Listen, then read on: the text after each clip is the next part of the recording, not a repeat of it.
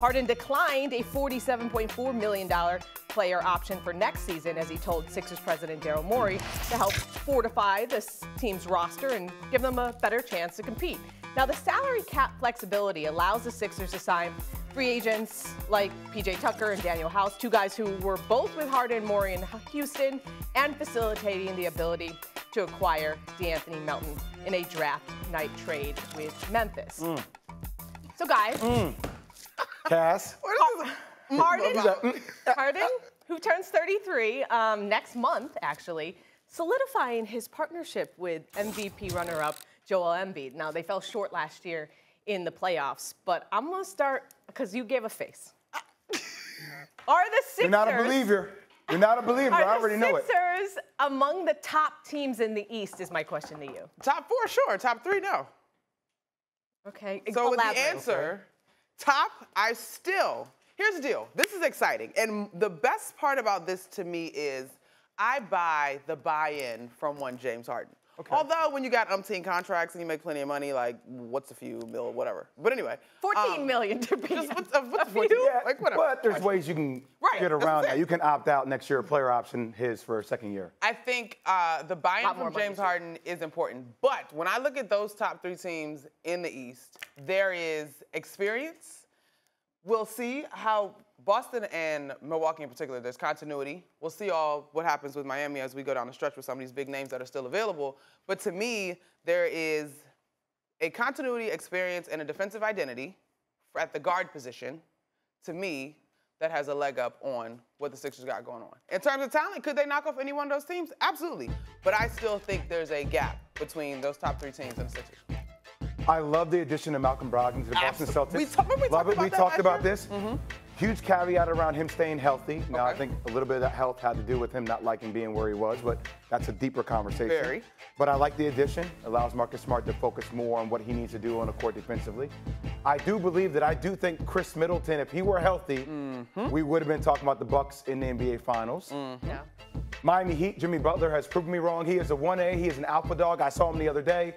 I paid homage. I apologize. I get it. I love what they're doing. And if they find a way to get Donovan Mitchell, that'll be an interesting scenario for them. But I do believe that Philly is in this upper echelon. I believe it. Now, I can use the youth against Boston to a degree. They do have to prove to me that they can get back there. I think we saw a lot of how talented they were, Cass, last year.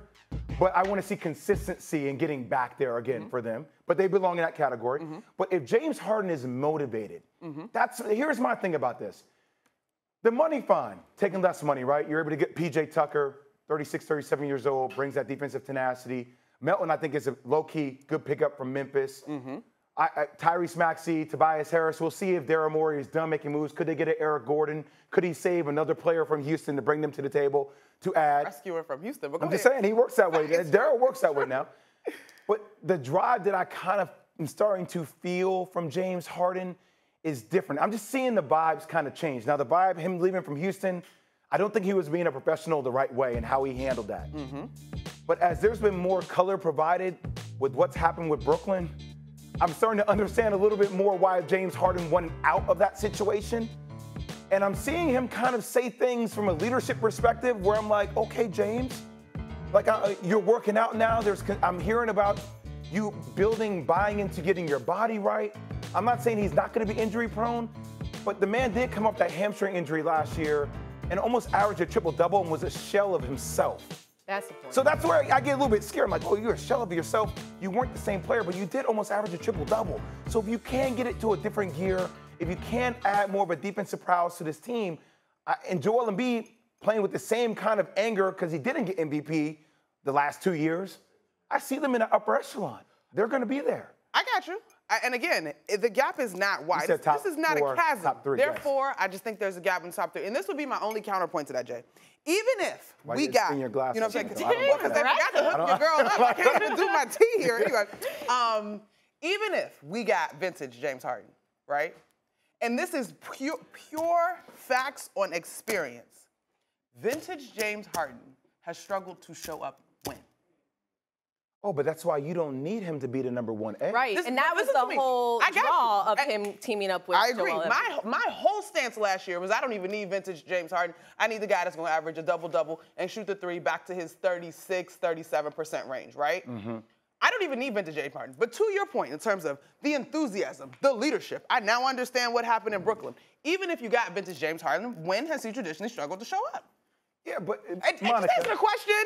But Monica, I hear that he struggled to show up as the 1A option, but let's not get things twisted. When they were in Brooklyn, they had a legit chance to win it.